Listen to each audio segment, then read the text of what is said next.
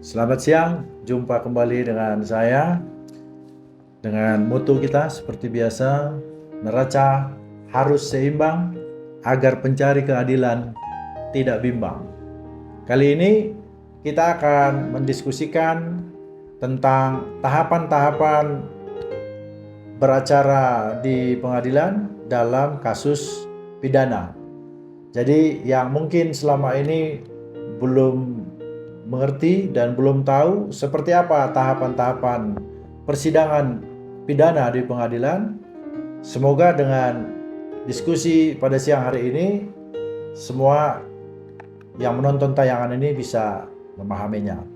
Yang pertama sekali, ketika perkara dibuka, tentunya dengan tanggal yang telah ditentukan oleh majelis hakim, maka jaksa penuntut umum menghadirkan tersangka di persidangan. Di dalam persidangan pidana itu, tahap pertamanya biasa adalah pembacaan surat dakwaan. Surat dakwaan dibacakan, dan perlu kami beritahu, surat dakwaan ini adalah merupakan jembatan bagi diperiksanya substansi perkara itu sendiri. Jadi dakwaan itu yang menjadi bahan untuk pemeriksaan perkara. Pasal-pasal apa saja yang didakwakan kepada tersangka ini atau terdakwa ini, nanti itu yang akan menjadi dasar pemeriksaan, dan bahkan itu yang akan menjadi dasar dari tuntutan dan keputusan dari hakim. Nah, itu yang tadi saya katakan, pemeriksaan pertama tahapannya itu adalah pembacaan surat dakwaan. Lalu kemudian setelah surat dakwaan dibacakan, dengan selesainya surat dakwaan itu dibacakan, nanti hakim akan bertanya kepada terdakwa, apakah terdakwa mengerti isi dari surat dakwaan itu. Biasanya kalau terdakwa mengatakan tidak mengerti, hakim, ketua majelis menanyakan di bagian-bagian mana yang tidak dimengerti. Apakah secara keseluruhan tidak dimengerti atau ada beberapa bagian-bagian tertentu saja.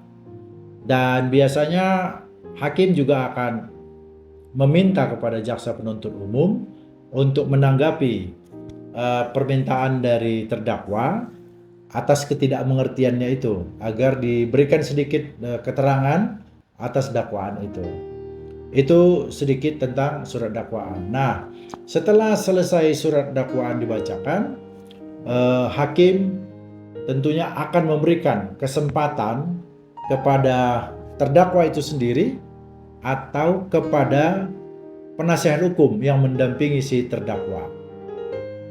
Diberikan kesempatan untuk menanggapi isi dakwaan dari jaksa penuntut umum tadi.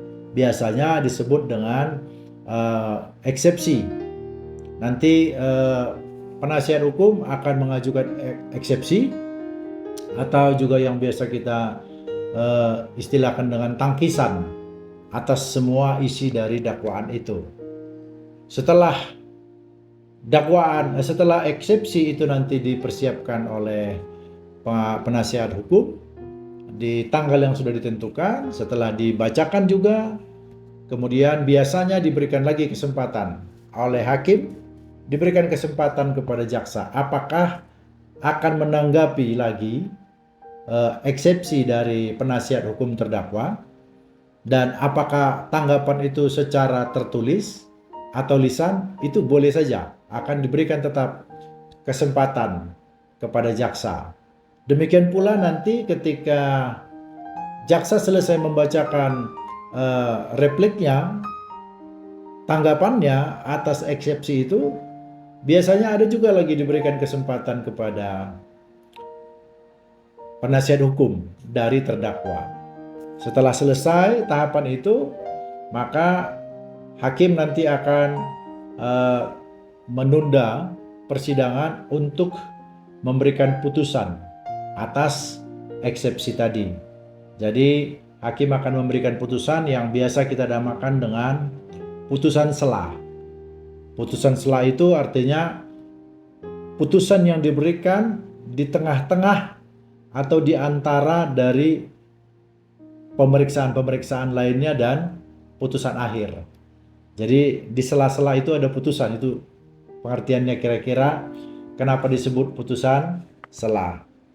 Kalau putusan sela itu di dalamnya adalah menerima atau setuju dengan eksepsi atau tangkisan dari penasihat hukum terdakwa, maka sidang bisa saja dihentikan sampai di tahap itu. Dan kalau eksepsi dari penasihat hukum terdakwa itu ditolak, maka persidangan dilanjutkan. Lalu apa tahapan berikutnya? Kalau persidangan itu dilanjutkan, nanti hakim majelis biasanya menanyakan kepada jaksa penuntut umum, apakah minta waktu untuk menghadirkan saksi atau saksinya sudah ada. Dan biasanya dalam praktek persidangan itu mundur untuk diberikan kesempatan kepada jaksa menghadirkan saksi.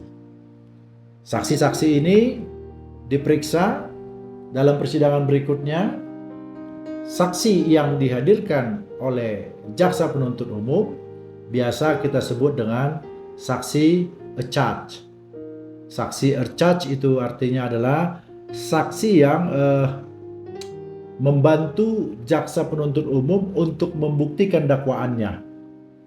Lalu kemudian setelah selesai diperiksa saksi a-charge, nanti diberikan pula kesempatan kepada terdakwa untuk menghadirkan saksi yang meringankan.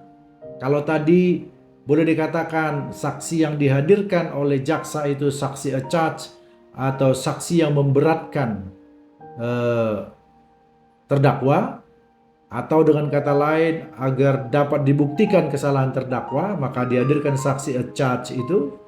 Maka kalau saksi a-charge adalah saksi yang dihadirkan untuk meringankan atau untuk membebaskan terdakwa. Manakala misalnya terdakwa ini pada saat peristiwa yang didakwakan di dalam dakwaan itu misalnya punya alibi bahwa terdakwa itu tidak berada di tempat di mana di dalam dakwaan itu didakwakan atau dituduhkan kepadanya. Nah, kalau misalnya saksi-saksi a-charge ini bisa memberikan keterangan dan memang faktanya mereka bisa menerangkan bahwa mereka pada tanggal yang didakwakan itu di dalam dakwaan mereka bersama dengan terdakwa ada di tempat lain, maka ini yang bisa meringankan bahkan bisa membebaskan si terdakwa. Nah, itu dia di dalam pemeriksaan saksi. Lalu kemudian nanti kalau jaksa penuntut umum merasa perlu menghadirkan ahli, jaksa boleh menghadirkan ahli. Demikian juga terdakwa kalau dirasa perlu untuk mendukung keberadaan dia, untuk meringankan bahkan untuk membebaskan dia, dia boleh panggil saksi ahli. Demikian selesai nanti pemeriksaan saksi. Lalu tahapan berikutnya adalah waktu yang diberikan kepada jaksa penuntut umum untuk mengajukan tuntutannya. Nah, kemarin kita ada singgung sedikit tentang antara beda ancaman dan tuntutan. Saya kemarin sudah sampaikan sedikit bahwa ancaman hukuman itu adalah katakanlah hukuman yang tertera di dalam pasal-pasal KUH pidana itu, hukuman maksimal yang tertera di sana. Itulah ancaman bila seseorang melakukan tindak pidana. Disesuaikan dengan pasalnya, ancaman hukumannya tertinggi berapa tahun misalnya. Nah, akan tetapi di dalam tuntutan lebih sering tuntutan itu di bawah dari ancaman hukuman. Namun bukan berarti tidak pernah ancaman hukuman tuntutan itu sama dengan ancaman hukuman. Bukan berarti tidak pernah ya. Bahkan mungkin kalau kita mengikuti beberapa persidangan-persidangan yang katakanlah persidangan itu agak kualitas kejahatannya agak tinggi, bisa saja ancaman hukuman tuntutan itu disamakan dengan ancaman hukuman. Tetapi paling tidak sekarang kita dapat gambaran bahwa tidak selamanya tuntutan yang diajukan oleh jaksa itu sama dengan ancaman hukuman yang ada di KUHP. Mungkin saya contohkan saja biar lebih konkret. Kalau di dalam pasal 340 misalnya pembunuhan berencana, di sana ada tiga tuntutan yang bisa diajukan oleh jaksa. Misalnya hukuman mati, hukuman penjara seumur hidup, ya, lalu kemudian hukuman penjara sementara 20 tahun. Nah, bisa saja dari pemeriksaan perkara dan keterangan-keterangan saksi, bisa saja jaksa penuntut umum tidak menuntut yang ancaman yang paling tinggi ini, yang hukuman mati. Bisa juga dia tidak menuntut tuntutan seumur hidup. Namun dia tuntut hukuman penjara sementara 20 tahun. Setelah dituntut oleh jaksa penuntut umum, kemudian oleh majelis hakim yang memeriksa perkara ini akan diberikan kesempatan kepada terdakwa ataupun penasihat hukumnya untuk mengajukan nota pembelaan atau yang biasa kita sebut juga dengan pledoi. Setelah pledoi dibacakan, biasanya ada kesempatan lagi. Oleh majelis diberikan kesempatan kepada jaksa untuk menanggapi pledoi. Bisa juga kesempatan menanggapi itu dalam bentuk tertulis, bisa juga dalam bentuk lisan. Setelah dari kesempatan dari jaksa, nanti diberikan lagi kesempatan yang terakhir kali untuk penasihat hukum. Setelah selesai itu semua, maka hakim akhirnya mengatakan akan mengambil putusan dalam perkara yang sedang diperiksanya itu. Jadi kira-kira itu tahapan-tahapan persidangan dalam perkara pidana. Semoga yang menonton tayangan ini mulai mengerti dan mulai dapat sedikit pencerahan tentang tahapan persidangan perkara pidana.